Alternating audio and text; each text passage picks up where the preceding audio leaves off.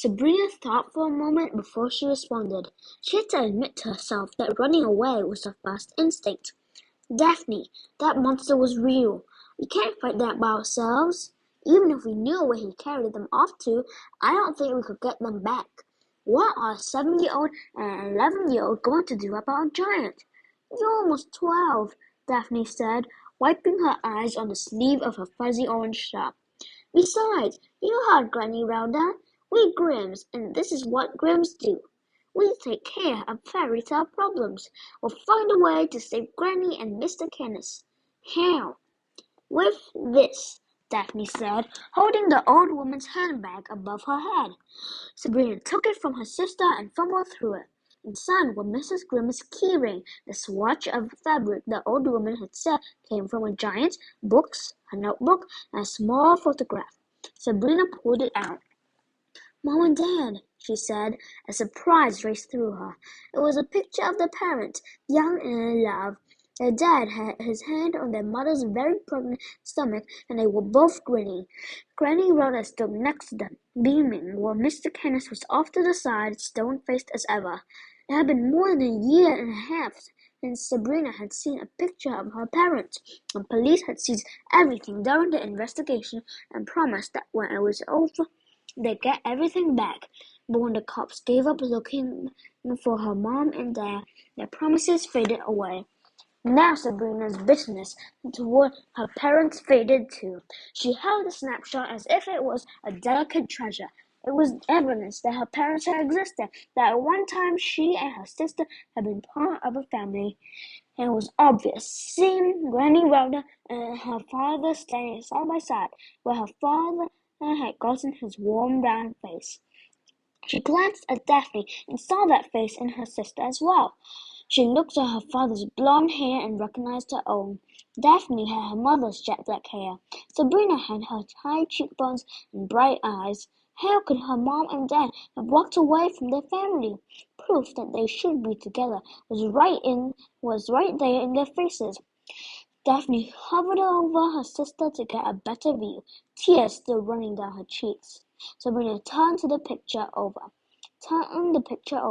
Someone had written, "The family Grimm, Rhoda, Henry, Veronica, Mr. Kenneth, and the soon-to-be-born baby Sabrina."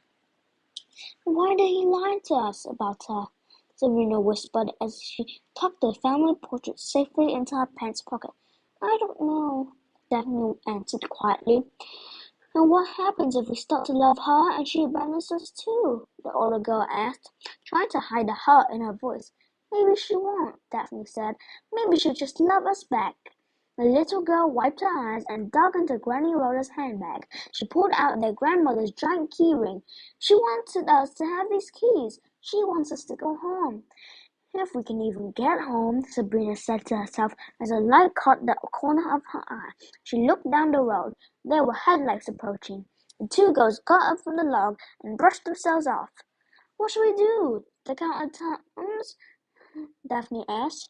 Sabrina didn't know. They had never hitchhiked before. In the past, whenever the girls had found themselves low or on the run, they slipped under the turnstiles in subway stations and traveled New York City's subterranean highway. Sabrina stuck out her thumb, and Daphne did the same. Her car came to a screeching stop. It sat still for a moment with its engine humming, blinding the girls with its high-beam lights so that they had to shoot their eyes with their hands. "Well, that was easy," Daphne said. "What's he doing?" "I don't know," Sabrina said, stepping to the side. "Maybe he doesn't want to give us a ride." Suddenly, the car let out a long, eardrum-rattling honk, followed by more engine revving. To Sabrina, it seemed as if the car were an animal waiting for the right time to pounce on them. She recalled hearing stories about hitchhikers being killed by lunatics. Hitchhiking didn't seem like such a great idea anymore. She grabbed her sister's hand and pulled her off the road. As if in response, the car revved its engine again. "Run!" Sabrina cried. Surprised, Daphne stumbled along beside her but did what she was told. The two of them raced back the way they had come, hand in hand. Elvis followed closely behind, turning his big head to bark out the occasional angry warning in the menacing car, but had little effect on whomever was behind the wheel. A squeal of tires on asphalt told Sabrina that they were now being chased. The car honked again, sending a shocking jolt through her bones, and then suddenly it veered to the other side of the road. It sped up and passed the girls, then spun around, leaving black stains on the asphalt and the smell of burning rubber in Sabrina's nose. It was a police car. Now he stretched across the road, blocking the girls' escape. The door opened and a short, stout, pear-shaped man stepped out. He wore a beige police uniform with shiny black boots, a billy club at his utility belt, and a wide-brimmed hat that fastened under his three chins. His face was puffy and pink, with a nose that angled slightly upward so that a person could see up his nostrils. His shirt was a shiny tin style that read Ferryport Landing Special Forces, and a name tag underneath it that said Sheriff Hempstead. "Girls, why are you running?" the sheriff asked in an unusually high-pitched voice that sent shivers into Sabrina's belly. "We thought you were trying to kill us," Daphne said angrily. Sabrina flashed her a look, letting her know that she would do the talking. "I see. Well, I'm sorry if I gave you to a start, but it's not safe for little girls like yourself to be walking out here in the dark. These roads can be treacherous," the sheriff said. "Treacherous?" Daphne asked. "Dangerous," Sabrina explained. "I got a call that you were out here, so I came looking," the portly man continued as he hoisted his sinking pants up around his waist. "Why don't you two hop into the squad car and I'll take you home?" He pointed to Elvis. "I don't know if we can put your horse in there, but we'll try." "He's not a horse," Daphne said. Then, realizing the sheriff was joking, she added, "You can't tease him. He's very sensitive." Hamster leaned down and scratched Elvis under the chin. "Oh, I'm sure he is, aren't you, Elvis?" The big dog growled and snapped at the sheriff's hand. Hamster put it away just in time, then rubbed it with his underhand as if the dog had gotten a lucky bite. "How do you know Elvis?" Sabrina said suspiciously. "Oh, Elvis and I have met before. You must be Rhoda grandchildren. I heard you were in town," the man said. "I'm the local sheriff, Honest Hamster."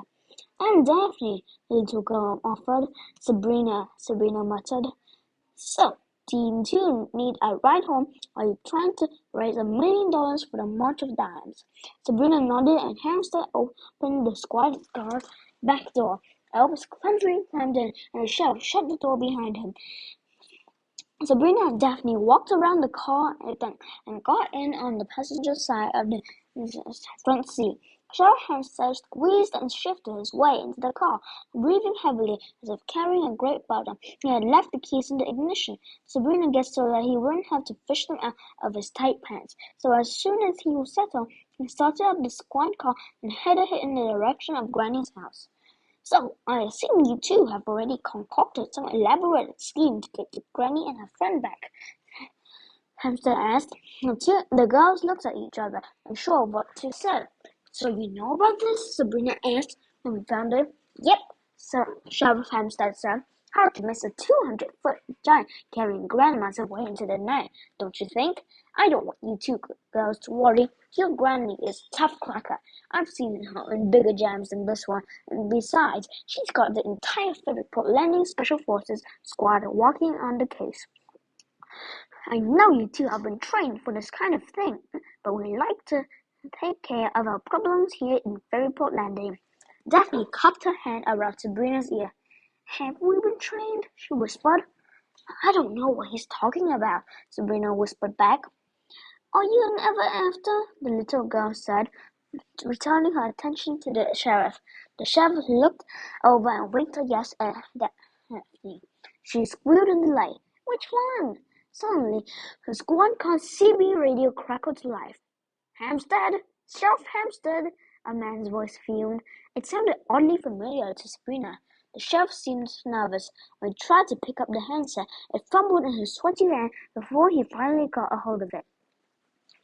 "I'm here, boss, Hampstead said. "That's fantastic news, Hampstead.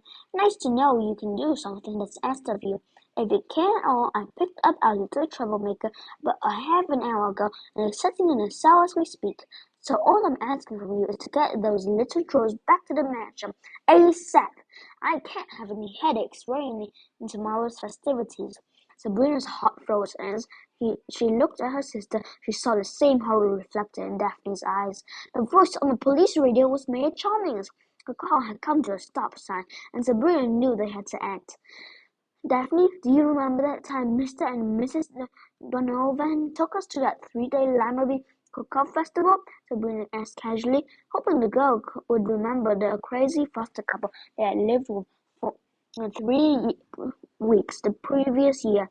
The little girl grimaced, obviously remembering the pickled lima bean pie Mrs. Donovan was so proud of, but a light in her eyes told Sabrina she also remembered their escape. Sabrina slipped her hand into her sister's and quickly pulled out the door handle. Before Hamster could react, the girls were out of the car and freeing Elvis from the back seat. Hey! The sisters ran to the side of the road where a 5-foot barbed wire fence lined the edge of the forest. There was no way to climb it. The barbed wire's sharp teeth would tear them apart. Their only chance was to try to scurry between the rusty wires on to the other side. Desperate, Serena stood on one of the wires, reached out and grabbed a safe spot on the next tile sword and pulled upward as fast as hard as she could, creating a hole her sister could crawl through. Go! Sabrina shouted, carefully watching the portly sheriff struggling out of the car. Daphne scampered through the small gap to the other side. The little girl got to her feet and tried to mimic the trick she had just seen Sabrina do. The result was a small gap Sabrina couldn't possibly fit through. It's heavy, Sabrina coached Daphne. You have to be strong. I am, the little girl cried, pulling harder. Girls, you can't run, Hamster shouted angrily as he finally freed himself from the car. Elvis positioned himself between Sabrina and the sheriff and barked a warning when the man took a step forward. Sabrina got down on her hands and knees and tried to crawl through, but before she could get to the other side, Hamster, dodging Elvis, was on top of her, grabbing her legs and trying to pull her back out. You're coming with me, he squealed. Sabrina kicked wildly and looked back into the sheriff's face, and what she saw bewildered her. Sheriff Hamster was going through a disturbing metamorphosis. His already pug nose became a slimy pink snout, his round face puffed up to 3 times the size, and his ears turned pink and pointy and migrated to the top of his hair. His chubby fingers melded into thick black hooves, and his boots and his back bent over until he was literally on all fours. Hamster had turned into a pig, an angry, determined pig in a policeman's uniform. I can't hold it any longer, Daphne cried, wide-eyed at what she was witnessing.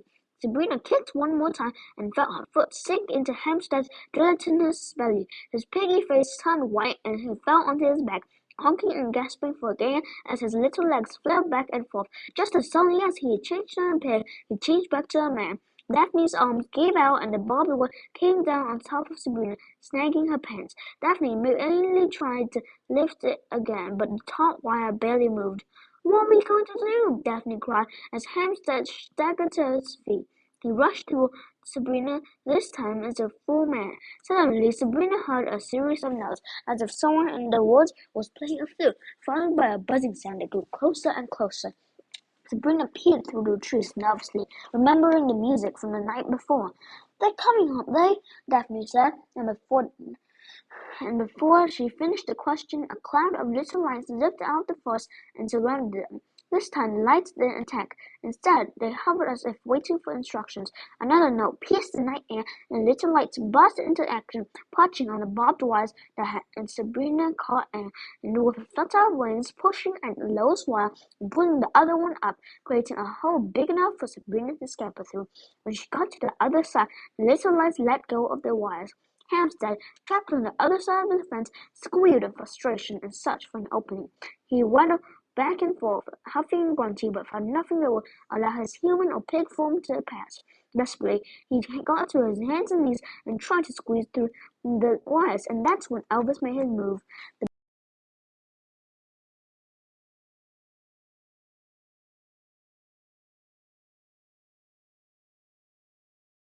It looks like